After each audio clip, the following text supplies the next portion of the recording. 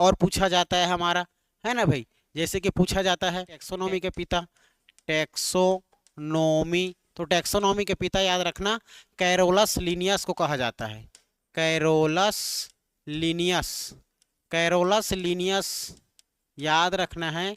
Carolus Linnaeus को क्या माना जाता है? टैक्सोनॉमी के पिता, अर्थात वर्गीकी के पिता। टैक्सोनॉमी को हिंदी में हम लोग कहते हैं जी वर्गीकी। टैक्सोनॉमी का हिंदी रूपांतरण हो जाएगा वर्गीकी, ये हो जाएगा वर्गीकी। तो आप लोग को पूछे वर्गीकी के पिता बोले, या आप लोग को वो पूछे हमारा टैक्सोनॉमी के पिता, तो कैरोलस लिनियस को कहा जाता है। साथ ही साथ कैरोलस लिनियस को एक बात और याद रखना, कैरोलस लिनियस को मॉडर्न बॉटनी का भी पिता कहा जाता है। क्या कहा जाता है? Modern botany.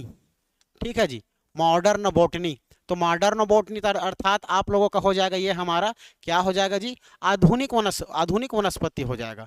ठीक है, आधुनिक वनस्पति। तो आधुनिक वनस्पति के पिता किसको कहते हैं करके पूछा जाएगा, तो आधुनिक वनस्पति के पिता कैरोलस लिनियस को ही कहते हैं। लेकिन आपको केवल बॉटनी के पिता करके पूछा जाएगा तो याद रखना केवल बॉटनी के पिता करके पूछा जाएगा, वनस्पति के पिता पूछा जाएगा, who is the father of botany करके पूछा जाएगा तो याद रखना थियोफ्रेस्टस।